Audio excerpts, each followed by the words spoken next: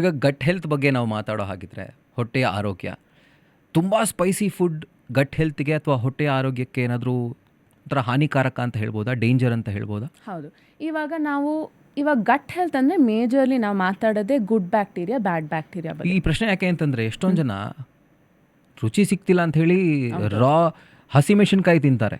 ಖಾರ ಬೇಕು ನನಗೆ, ಸ್ಪೈಸಿ ಆಗಿರಬೇಕು, ಅವ್ರಿಗೆ ಸಪ್ಪೆ ಊಟ ಅಂದರೆ ಆಗೋದೇ ಇಲ್ಲ.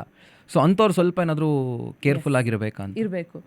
ಈ ಗುಡ್ ಬ್ಯಾಕ್ಟೀರಿಯಾ, ಬ್ಯಾಡ್ ಬ್ಯಾಕ್ಟೀರಿಯಾ ಅಷ್ಟೇ ಎರಡು ಬಗ್ಗೆನೇ ಮಾತಾಡ್ತೀನಿ ಗಟ್ ಹೆಲ್ತ್ ಅಂದ ಕೂಡಲೇ.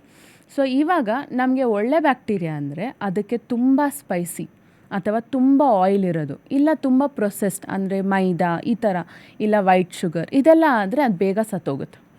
ಓಕೆ, ನಮ್ಗೆ ಯಾವಾಗಲೂ ಬಾಯಿ ರುಚಿ ಒಂದು ಮತ್ತು ಮೈಗೆ ಬೇಕಿರೋದು ಒಂದು. ತುಂಬ ಗ್ರೀನ್ ಚಿಲ್ಲೀಸ್ ತಿಂದರೆ ಅಂದರೆ ಹಸಿಮೆಣ್ಸಿನ್ಕಾಯಿ, ಎಷ್ಟೊಂದು ಸ್ಟಡೀಸ್ ಇದೆ, ತುಂಬ ಹಸಿಮೆಣ್ಸಿನ್ಕಾಯಿ ತಿನ್ನೋರಿಗೆ ಅಲ್ಸರ್ಸ್ ಜಾಸ್ತಿ, ಓಕೆ, ಆರ್ ಪೈಲ್ಸ್, ಫಿಶರ್ಸ್ ಜಾಸ್ತಿ ಇರುತ್ತೆ.